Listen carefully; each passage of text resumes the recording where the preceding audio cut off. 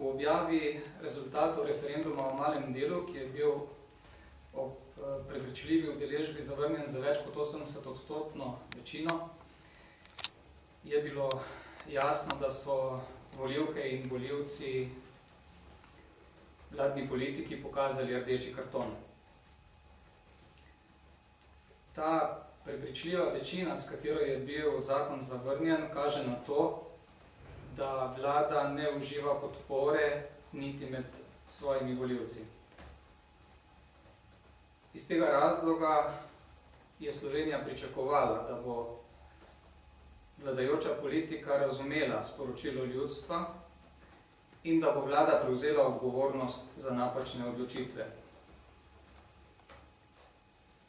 Današnji odziv vodje poslanske skupine največje vladne stranke, Socialnih demokratov, pa kaže na to, da ne le, da Socialni demokrati ignorirajo sporočilo ljudstva, odgovornost za njihove napačne odločitve pripisujejo opoziciji oziroma v največji meri Slovenski demokratski stranki.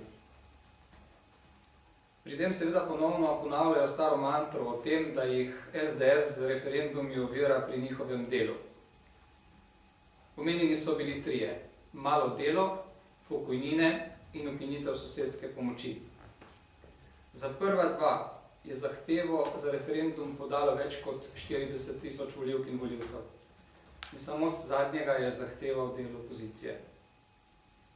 Pri tem je potrebno povedati, da je referendum res skrajno, vendar legitimno sredstvo za preprečitev uveljavitve slabih zakonov.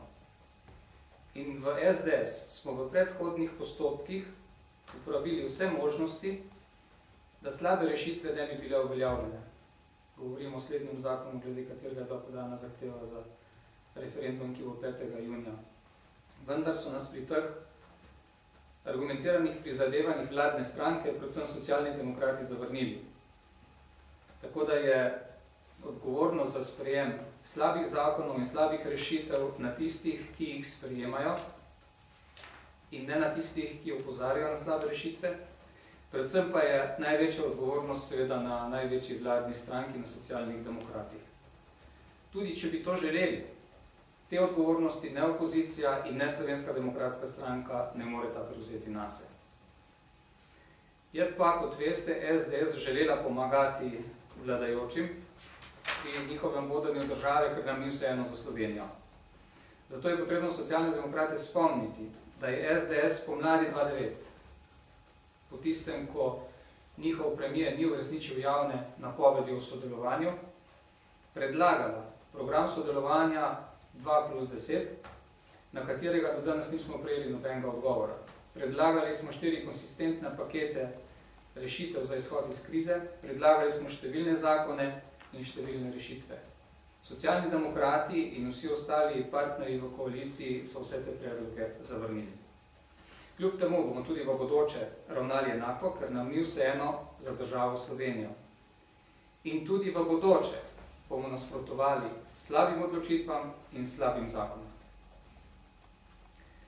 Krmilo vladnega Titanika je v rokah Socialnih demokratov, opozicija opozarja, zelo argumentirano opozarja, pa ne le opozicija, tudi večina potnikov, volivke in volivci, da bo ladja Slovenija trčila v ledeno goro, če kapitan ne spremeni smeri, in gospod Kumer je danes iz tega naredil zaključek, da bo za potop Titanika odgovorna opozicija oziroma Slovenska demokratska stranka, ker opozarja na napačno smer ladje.